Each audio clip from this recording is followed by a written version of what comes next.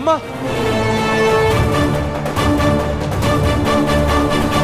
ಯಾಕಪ್ಪ ನನ್ನ ನೋಡಿದ ತಕ್ಷಣ ಅಮ್ಮ ಅಂತ ರಿಯಾಕ್ಷನ್ ಕೊಡ್ತಿದ್ಯಾ?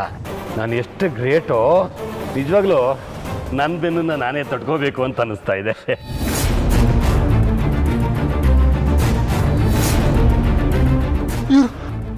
ಇವ್ರು ಯಾರು? ಯಾರು ಇವರ? ಇದು ನಮ್ಮಲ್ಲಿರೋ ಎಕ್ಸ್ಟ್ರಾ ಪ್ಲೇಯರು. ಇನ್ನೊಬ್ಬ ಎಕ್ಸ್ಟ್ರಾ ಪ್ಲೇಯರ್ ಇದ್ದಾನಲ್ಲ ಅವನು ಕರ್ಕೊಂಬಂದಿದ್ದು. ಏನೋ ದಾರಿಲಿ ಹೋಗ್ತಿದ್ದಂತೆ, ಅವಳಿಗೆ ಯಾರು ಗತಿ ಇರಲಿಲ್ವಂತೆ, ಕರ್ಕೊಂಬಂದಿದ್ದಾನೆ. ಓ, ಇವ್ರನ್ನ ನಿನಗೆ ಪರಿಚಯ ಮಾಡಿಕೊಟ್ಟಿಲ್ಲ ಅಲ್ವಾ? ಪರಿಚಯ ಮಾಡಿಕೊಡೋಷ್ಟು ದೊಡ್ಡವರಲ್ಲ ಬಿಡು.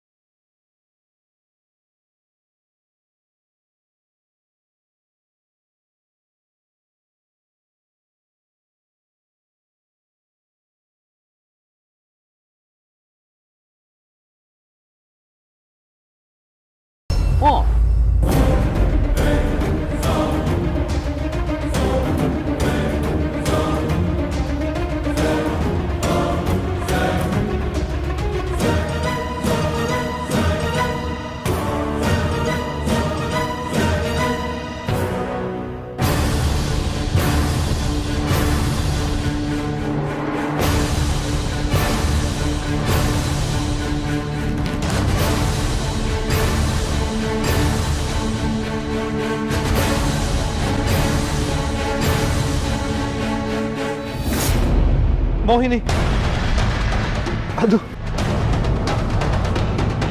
ಏನಾಯ್ತು ಶೇಷ? ನಿನ್ ಮುಖದಲ್ಲಿ ಇಂಥ ಭಾವ, ಅದು ಭಯದ ಭಾವ. ಯಾಕೆ ಶೇಷನಾಗ, ಏನಾಯ್ತು? ಮೋಹಿನಿ, 1000 ಸೈನಿಕರು ಬಂದ್ರು, ಅವ್ರನ್ನ ಉರುಳಿಸ್ತಾನೆ ಈ ಶೇಷನಾಗ. ಶತ್ರುಗಳಿಗೆ, ಬೆದರಿಕೆಗೆ, ಸೇಡಿಗೆ ಹೆದರೋನಲ್ಲ ಈ ಶೇಷನಾಗ. ನಾನು ಹೆದರೋದು ಒಂದೇ ಒಂದು ವಿಷಯಕ್ಕೆ, ಅದು ಪ್ರೀತಿಗೆ. ಆ ಪ್ರೀತಿ ನನ್ನ ಕಣ್ಮುಂದೆ ಬಂದಾಗ ಭಯ ಆಗದೆ ಇರತ್ತ. ಯಾವ ಪ್ರೀತಿ, ಯಾರ ಪ್ರೀತಿ, ಏನ್ ಹೇಳ್ತಾ ಇದ್ಯಾ? ಯಾರೆದ್ರು ಬಂದ್ರು ಶೇಷ? ದೈವಿಕವಾದ ಪ್ರೀತಿಗೆ ರೂಪ ಕೊಟ್ರೆ ಅಲ್ಲಿ ತಾಯಿ ಕಾಣಿಸ್ತಾರೆ. ಆ ತಾಯಿ ಭೂಲೋಕಕ್ಕೆ ಬಂದಿದ್ದಾರೆ. ಅವ್ರನ್ನ ನೋಡಿ ಹೆದ್ರಿ ಓಡಿ ಬಂದಿದ್ದೇನೆ. ಏನ್ ಹೇಳ್ತಾ ಇದ್ಯಾ ಶೇಷನಾಗ? ನಾಗಮಾತಾ ಭೂಲೋಕಕ್ಕೆ ಬಂದಿದ್ದಾರೆ. ಶಿವನಿ ಮನೇಲೆ ಇದ್ದಾರೆ.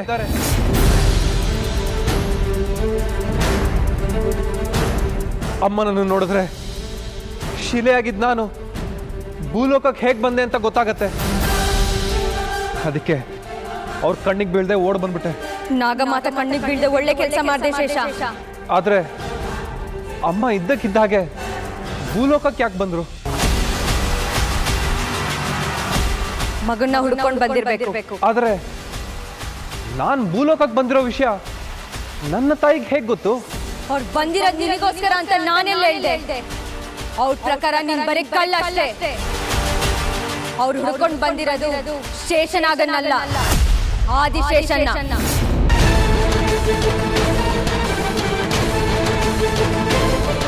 ಅವ್ರು ಬಂದ್ಮೇಲೆ ನಿನ್ ಜವಾಬ್ದಾರಿ ಜಾಸ್ತಿ ಆಗಿದೆ ಶೇಷನಾಗ. ಯಾಕೆಂದ್ರೆ ಆ ನಿನ್ ತಾಯಿ, ಆ ಶಿವಾನಿ, ಆ ನಿನ್ನ ಅಣ್ಣ, ಈ ಮೂವರು ಸೇರಿದ್ರೆ ಮಹಾಶಕ್ತಿ. ಈ ಮೂರು ಶಕ್ತಿಗಳನ್ನ ಮೀರಿ ನಾಗಮಣಿ ಪಡಿಬೇಕಂದ್ರೆ ಅದು ಅಸಾಧ್ಯ. ನಾಗಮಣಿ ನಮ್ದಾಗದೆ ಇದ್ರೆ ಆ ಮಯೂರಿ ಜೊತೆ ನಿನ್ ಪ್ರೀತಿ, ನಿನ್ ಮದುವೆ ನಿನ್ ಶಾಪ ವಿಮೋಚನೆ, ನಾವಿಬ್ಬರು ನಾಗಲೋಕಕ್ಕೆ ಹೋಗಿ ಬಾಳೋದು ಇದ್ಯಾವುದು ಆಗೋದಿಲ್ಲ ಶೇಷನಾಗ. ನಿನ್ ತಾಯಿ ಬಂದಾದ್ಮೇಲೆ ಅದ್ ನಮ್ಗೆ ಅಪಾಯ ಹೊರತು ಉಪಾಯ ಆಗ್ತಾ ಇಲ್ಲ.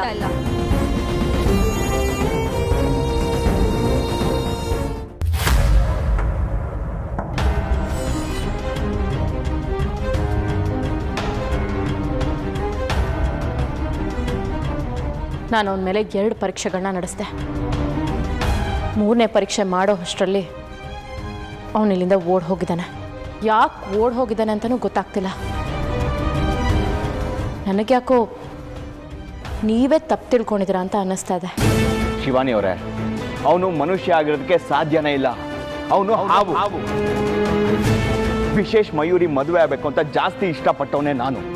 ಅದಕ್ಕೋಸ್ಕರ ಓಡಾಡಿ ಕಷ್ಟಪಟ್ಟವನು ನಾನೇ ಅಂತ ನಾನೇ ಇವತ್ತು ಈ ಮದುವೆ ಬೇಡ ಅಂತಿದ್ದೀನಿ ಅಂದರೆ ಇದಕ್ಕೆ ಬಲವಾದ ಕಾರಣ ಇದೆ ಅಂತ ಅರ್ಥ. ನನ್ನ ಕಾರಣ ನನಗೆ ಮೋಸ ಮಾಡೋದಿಲ್ಲ ಶಿವಾನಿ ಅವರೇ. ಅವನು ಕಾರಿಂದ ಹಿಡಿದು ಕಾಡೊಳಗೆ ಹೋದ. ಅದು ಯಾವುದೋ ಬಂಡೆ ಮೇಲೆ ನಿಂತಿದ್ದ ಹಾವಾಗಿ ಬದಲಾದ. ಅದನ್ನು ನಾನೇ ನನ್ನ ಕಣ್ಣಾರೆ ನೋಡಿದ್ದೀನಿ. ನೀವದೇನೋ ಪರೀಕ್ಷೆ ಮಾಡಿದ್ರಿ, ಅದರಲ್ಲೂ ಅವನು ಗೆದ್ದ. ನನ್ನ ಕಣ್ಣು ನನಗೆ ಮೋಸ ಮಾಡಲ್ಲ ಶಿವಾನಿ ಅವರೇ. ಅವನು ಮನುಷ್ಯ ಆಗೋಕ್ಕೆ ಸಾಧ್ಯನೇ ಇಲ್ಲ. ಅವನು ಹಾವು. ಇದ್ರ ಮೇಲೆ ನಿಮಗೆ ಬಿಟ್ಟಿದ್ದು, ಯೋಚನೆ ಮಾಡಿ. ಅಭಯ್ ಅವರೇ, ನಾನು ಅವನ ಮೇಲೆ 2 ಪರೀಕ್ಷೆಗಳು ಮಾಡಿದೆ ಅನ್ನೋದು ನಿಜ. 3ನೇ ಪರೀಕ್ಷೆ ಮಾಡೋಷ್ಟರಲ್ಲಿ ಅವನಿಲ್ಲಿಂದ ಓಡ್ ಹೋದ ಅನ್ನೋದು ನಿಜ. ಅದು ಒಂದು ನನ್ನ ಅನುಮಾನನ ಇನ್ನೂ ಗಟ್ಟಿ ಮಾಡ್ತಾ ಇದೆ. ಸತ್ಯ ಹೇಳಿ ಅಭಯ್ ಅವರೇ, ಅವನ ಜಾತಕ ನಿಜವಾಗ್ಲೂ ಸರಿಯಾಗಿತ್ತಾ?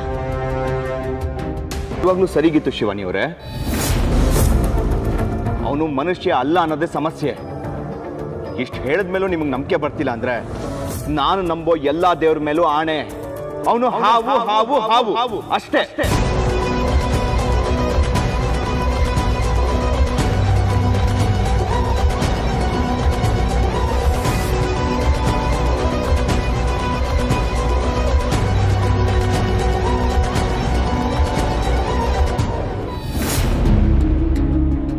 ನಾಗಮಾತಾ, ಶಿವಾನಿ, ಯಾರನ್ನು ಪರೀಕ್ಷೆ ಮಾಡಬೇಕು ಅಂತ ಹೇಳಿದೆ, ಆದರೆ ಆ ವ್ಯಕ್ತಿಯೇ ಇಲ್ಲವಲ್ಲ. ಅದು ನಾವು ಕೆಳಗಿಳಿದು ಹೋಗೋಷ್ಟರಲ್ಲಿ ಅವನಲ್ಲಿಂದ ಓಡ್ ಹೋಗಿದ್ದ ನಾಗಮಾತಾ. ಈಗ ಅವನ್ನ ಕರೆಸ್ಬೇಕು ಅಂದ್ರೂ ಆಗ್ತಿಲ್ಲ. ಅವನು ಫೋನ್ಗೆ ಸಿಗ್ತಿಲ್ಲ. ಈಗ ನಮ್ಮ ಹತ್ರ ಹೆಚ್ಚು ಸಮಯ ಇಲ್ಲ. ಏನು ಮಾಡೋದು ಅಂತಲೇ ತೋಚಿಸ್ತಿಲ್ಲ ನಾಗಮಾತಾ.